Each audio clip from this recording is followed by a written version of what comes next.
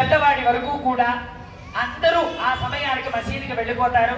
అది నిజమా అబద్ధమా, ఉన్నతిదా ఉన్నతి లేనటువంటిదా, మంచా చెడ అనేటువంటిది వాళ్ళకి అనవసరం. కానీ పెద్దలు చెప్పారు ఆశించడం వాళ్ళ కర్తవ్యం. అందరూ అలాగే చేస్తూ ఉంటారు. అలాగే క్రిస్టియానిటీ ధర్మంలోకి వస్తే వాళ్ళ యొక్క ధర్మం ప్రతి ఆదివారం ఫలానా సమయానికి ఇలా చర్చికి వెళ్ళాలి, ప్రేయర్ చేయాలి, వాడి యొక్క అనుగ్రహం ఏదో పొందాలి అని వాళ్ళ నియమం. అంత ఇంకొకటి ఏదీ లేదు. కానీ మన నియమాలు ఎన్నున్నాయి? నేను చెప్పింది ఒకటి, స్వామి చెప్పింది ఒకటి, వారు చెప్పింది ఒకటి, వీరు చెప్పింది ఒకటి, యూట్యూబ్లో ఇంతమంది చెప్పింది ఒకటి. వాళ్ళందరినీ పాటిస్తూ ఉంటారు. కానీ సరైనటువంటి జ్ఞానాన్ని పొందాలని ఎవ్వరూ అనుకోరు. ఎందుకు? మనము రాముడిని మాత్రమే పట్టుకోవాలి, రాముడిని మాత్రమే అర్చించాలి, రాముడి ఆశ్రయాన్ని మాత్రమే పొందాలి. ఎందుకు? మీ అందరికీ ఎప్పుడన్నా కనిపించిందా? వేదవ్యాసుడు అధాదో బ్రహ్మ జిజ్ఞాస అని అన్నాడు. సమస్త వేదాలని, ఇతిహాసాలని, పురాణములని, స్తోత్రములని ఇటువంటి అన్ని విభజన చేశాడు. చేసిన తర్వాత ఏం చెయ్యాలి అని చెప్పేసి తన శిష్యుడైనటువంటి జైమినికి బోధన చేశాడు. ఈ జైమిని ఏమన్నాడు? అథాతో కర్మ జిజ్ఞాస అని అన్నాడు. ఏమని? బ్రహ్మ జిజ్ఞాస ఉండాలి అని శిష్యుడు, గురువు అథాదో కర్మ జిజ్ఞాస ఉండాలి అని చెప్పేసి శిష్యుడు. గురువేమో బ్రహ్మ జిజ్ఞాస ఉండాలని, శిష్యుడేమో కర్మ జిజ్ఞాస ఉండాలి అని. చల్, బ్రహ్మ జిజ్ఞాస లేదు, కర్మ జిజ్ఞాస లేదు, అథాదో నర జిజ్ఞాస. వాల్మీకి అథాదో నర జిజ్ఞాస. బ్రహ్మత్వాన్ని పట్టుకున్నా మనము ఉన్నత గతులకి చేరుకోలేము. కర్మ జిజ్ఞాస, కర్మను పట్టుకున్నా మనం చేరుకోలేము. అథాదో నర జిజ్ఞాస. నరుడు ఎలాగైతే బ్రతకాలో అలా బ్రతికి నిరూపిస్తే సమస్త దేవతలందరూ కూడా నాతోటే ఉంటారు కదా. దాన్ని నిరూపించి చూపించడానికే కదా అంతటి భగవంతుడైనటువంటి వాడు రామచంద్రమూర్తి యొక్క అవతారాన్ని ఎత్తాడు. ఎందుకోసం ఎత్తాడు?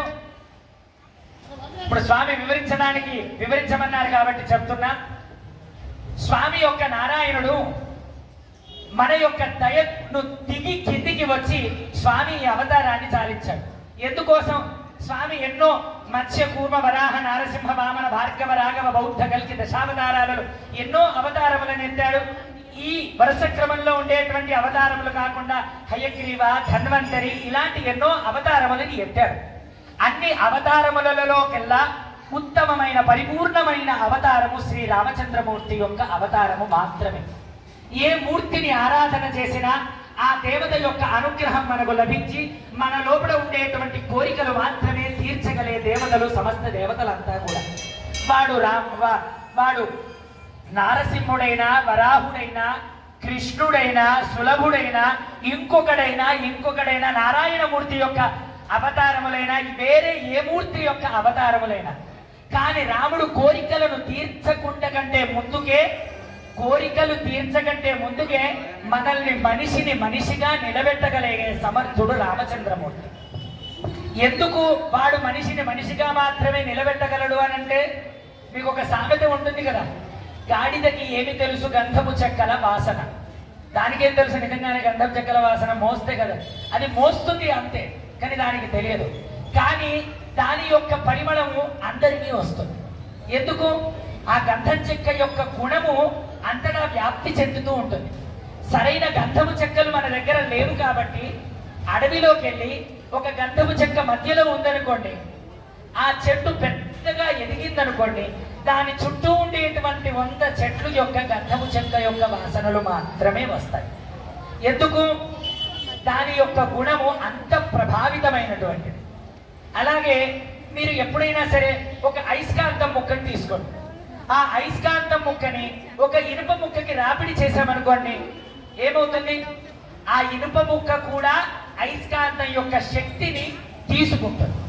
ఇంతకు ఆ ఇనుప ముక్క పనికిరాని ఇదైనటువంటి ఇనుప ముక్క కూడా అయస్కాంతం యొక్క శక్తిని లాక్కొని అది కూడా తన శక్తిని ఎలాగైతే లోబరుచుకుందో, రాముడి యొక్క అనుగ్రహం మనకు ఉంటే, రాముడి యొక్క ఆరాధనలు మనం చేస్తే, రాముడి యొక్క శరణమును మనం వేడితే, అలాగ మనం మనిషిగా ఉండగలుగుతాం. మన లోపల ఉండేటువంటి గుణములని ప్రభావితము చేయగలుగుతాం. అందుకని మనం రాముడిని పట్టుకోవాలి, రాముడిని మాత్రమే పట్టుకోవాలి. రాముడు ఎప్పుడూ కూడా ఏ దేవతలని ఆరాధన చేసినట్టు చరిత్రలోని ఇతిహాసముల్లోనే లేదు. రాముడు ఎవరిని పూజ చేశాడో తెలిసిన? ఎవరిని పూజ చేశాడు? శివుణ్ణా? ఎవరు చెప్పారు శివుడిని పూజ చేశారని? వాల్మీకి. మీ అందరికీ ఇదే, ఈ యూట్యూబ్ వల్ల ఇదే తలకాయ నొప్పి. ఎవడా రాముడు శివుడిని పూజ చేసిందని చెప్పింది? వాల్మీకి రామాయణంలో రాశాడా? వాల్మీకి రాశాడా? వాల్మీకి రామాయణంలో రాముడు కేవలం తన కుల దైవం, కుల ధనమైనటువంటి సాక్షాత్తు శ్రీరంగనాథుడిని పూజ చేసుకున్నాడు. ఎవడా శ్రీరంగనాథుడు? తమిళనాడు దేశంలో తిరుచిరా పట్టణంలో శ్రీరంగ క్షేత్రం అని పిలువబడేటువంటి కలియుగ వైకుంఠమైనటువంటి శ్రీరంగ క్షేత్రంలో ఉండేటువంటి రంగనాథుడే రాముడి యొక్క కులదైవం. ఆ రంగనాథుడిని మాత్రమే అర్చన చేశాడు, ఆ రంగనాథుడిని మాత్రమే పట్టుకున్నాడు. అది కూడా మనలాగా ఓ కళ్యాణాలు, హోమాలు, పూజలు, వ్రతాలు, నోములు, యజ్ఞాలు అన్నీ ఏం చేయలే. కులదైవము కాబట్టి పూజ చెయ్యాలి, మన ధర్మం అది, మన కుల ధనం అది కాబట్టి పూజ చేశాడు. రాముడు రాముడిగా బ్రతికాడు.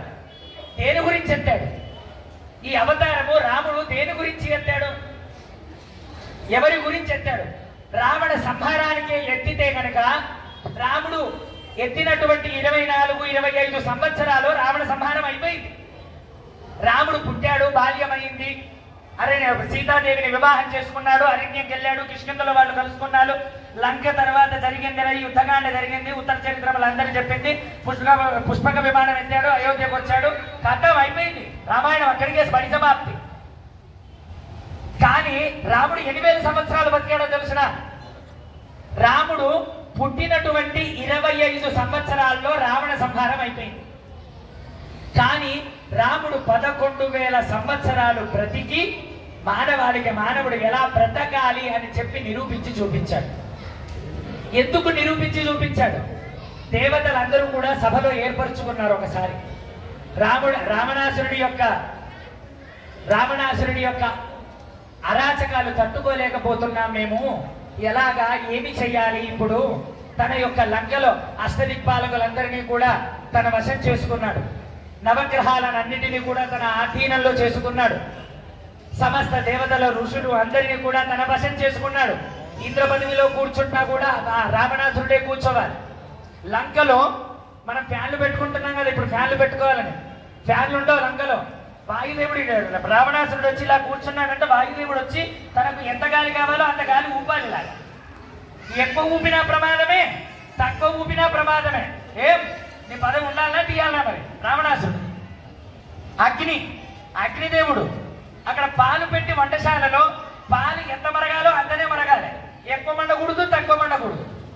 ఇంద్రాది అష్టదిక్పాలకుల్ని ఇలా వశం చేసుకున్నాడు. ఇలా వశం చేసుకున్నటువంటి సమస్త ఇంద్రాది దేవతలని, నవగ్రహాలని, భూమండలంలో వేదం చదువుకొని విప్రుల అందరినీ కూడా చేసుకున్నాడు.